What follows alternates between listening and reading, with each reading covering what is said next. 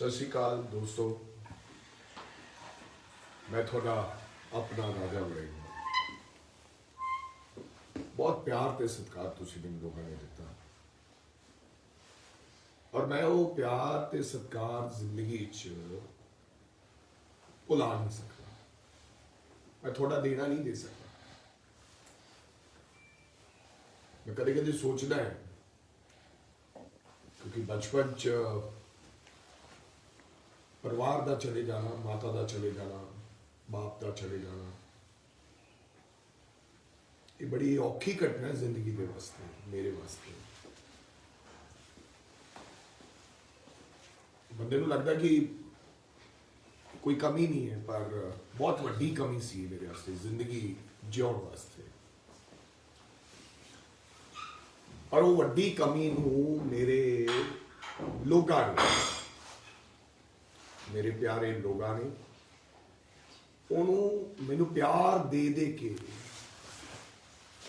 उन्होंने बहुत छोटा करता। उसने कदे कदे मैं महसूस करता भी कोई कमी रही नहीं, खास करके वो मेरिया मावां गिदड़ बागियां, वो मेरे भरा भी। मैं तो थोड़ा देना नहीं दे सकता दोस्तों। जे तुसी मेरे चंब दियां जुत्तियां भी बना लो ना, तो मैनू लगता कि फिर भी थोड़े प्यार के सामने वो छोटियां पै जाए। सो अज फिर इम्तिहान की घड़ी है। फैसला तुसी लोगों ने लेना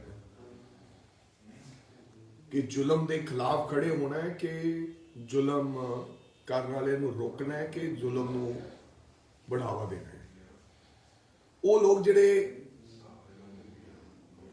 शांति नूं पसंद नहीं करते,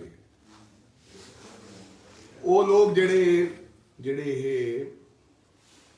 चाहते ने गुंडागर्दी ते बदमाशी करना, धक्का करना, जास्तियां करना। सो मैं समझदा कि अज दा दिन उन्हां लोगां नूं जवाब देना, क्योंकि असी गुंडियां नाल गुंडे नहीं बन सकते, क्योंकि सानू सेवा वास्ते भेजा गया, ना कि सानू लड़ाइयां करने वास्ते। सो जिन्होंने किसी प्रकार की कोई जित प्राप्त हुई नहीं, वो हुणे तो ही लोगों को धमकाना उन्होंने लोगों ने शुरू कर लिया। मेरी तमाम लोगों को बेनती है कि अगर शांति चाहते हो, अगर चाहते हो कि तरक्की होवे पंजाब, अगर चाहते हो कि तुहानू इज्जत मान ते सरकार मिलता रहे, तो तुसी सारे लोग सोच समझ के अपनी वोट का इस्तेमाल करना। रही गल राजनीतिक का म्यार बहुत गिर चुके हैं, मैं गल मानता। आज कई लोग मैच फिक्स करके चुनाव लड़ रहे। सो करते तो सदियों तो आते नहीं, क्योंकि उन्होंने इसे तरह ही पंजाब ते वो लोग काबज रहे, कदे ओरी वारी कदे ओरी या किसी दी।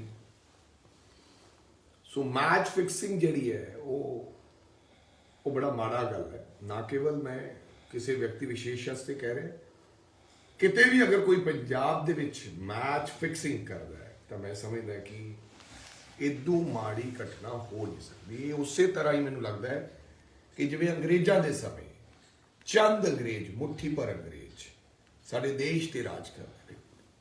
क्यों? क्योंकि उन्होंने पाड़ो ते राज करो की नीति अपनाई, ते कुछ साडी गदार सन, साडी आपदे गदार सन। उन्होंने गदारां की वजह दे करके साडा देश वो साडे स्वतंत्रता संग्रामियों के, उन्होंने शहीदों के मुखबर हो गए, बन गए। ते जदों घर दे मुखबरी करन लग पे तो फिर मैनू लगता कि वो घर पच नहीं सकता। सो उन्होंने मुखबरां दे कारण साडा देश जिहड़ा आज़ाद 1947 होया, लेट होया। जे पहला हो जाना सी देश का, जे वो मुखबर ना होंगे। सो अज भी उस तरह का माहौल है। मेरी तुहानू बेनती है, अज ਤੁਹਾਨੂੰ ਜਿਹੜੀ ਗੱਲ ਅਖੀਰਲੀ ਕਹਿਣੀ ਚਾਹੁੰਦਾ ਔਰ ਪਤੇ ਦੀ ਗੱਲ ਹੈ, ਔਰ ਇਹ ਵੱਧ ਤੋਂ ਵੱਧ ਇਹ ਜਿਹੜੀ ਮੇਰੀ ਵੀਡੀਓ ਹੈ, ਮੈਂ ਬੇਨਤੀ ਕਰਾਂਗਾ ਜਲਾਲਾਬਾਦ, ਬਠਿੰਡਾ ਤੇ ਲੰਬੀ, ਇੱਥੇ ਤੁਸੀਂ ਦੇਖਣਾ ਹੈ ਕਿ ਇਹ ਰਲੇ ਕੌਣ ਲੋਕ ਨੇ, ਕਿਹੜੇ ਦੁਸ਼ਮਣ ਨੇ ਜਨਤਾ ਦੇ, ਆਪਸ ਵਿੱਚ ਮਿਲੇ ਹੋਏ ਨੇ। ਕਿਤੇ ਫਲਾਂ ਪਾਰਟੀ ਦੀ ਮਦਦ ਕਰਨਾ ਚਾਹੁੰਦੇ, ਕਿਸੇ ਫਲਾਂ ਦੀ ਕਰਨਾ ਚਾਹੁੰਦੇ ਨੇ, ਕਿਤੇ ਕਾਂਗਰਸ ਦੀ ਕੋਈ ਕਰਦਾ, ਕਿਤੇ ਕੋਈ ਕਾਲੀਆਂ ਦੀ ਕਰਦਾ। ਜਿਹੜੇ ਕਈ ਗਿੱਦੜਬਾਹ 'ਚ ਕਾਲੀ ਨੇ ਉਹ ਬਠਿੰਡੇ 'ਚ ਕਾਂਗਰਸੀ ਨੇ, ਜਿਹੜੇ ਬਠਿੰਡੇ ਕਾਂਗਰਸੀ ਨੇ ਉਹ ਗਿੱਦੜਬਾਹ 'ਚ ਕਾਲੀ ਨੇ। ਇੱਦਾਂ ਦਾ ਹਿਸਾਬ ਕਿਤਾਬ ਚੱਲ ਰਿਹਾ, ਚਾਹੇ ਉਹ ਕਿਤੇ ਵੀ ਹੈ। ਮੈਂ ਸਾਰਿਆਂ ਨੂੰ ਬੇਨਤੀ ਕਰਾਂ, ਕੋਈ ਹੋਰ ਹਲਕੇ 'ਚ ਵੀ ਹੈ, ਕੋਈ ਲੰਬੀ ਜਾਂ ਇੱਧਰ ਉੱਧਰ, ਕਾਂਗਰਸ ਪਾਰਟੀ ਦੀ ਮਦਦ ਆਪਾਂ ਜਿਹੜੇ ਲੋਕ ਹੈ ਇੱਦਾਂ ਆਪਾਂ ਇਹਨੂੰ ਵਿਚਾਰ ਕਰਨਾ ਕਿ ਜਿਹੜੀ ਪਾਰਟੀ ਚੰਗੀ ਉਹਨੂੰ ਵੋਟ ਪਾਉਣੀ। ਪਰ ਐਸੇ ਮਿਲੇ ਲੋਕਾਂ ਨੂੰ, ਜਿਹੜੇ ਐਸੇ ਘਟੀਆ ਲੋਕ ਨੇ ਜਿਹੜੇ ਆਪਸ ਵਿੱਚ ਮਿਲ ਕੇ ਚੁਣਾਵ ਲੜਦੇ ਨੇ, ਇਹਨਾਂ ਨੂੰ ਬਖਸ਼ਣਾ ਨਹੀਂ।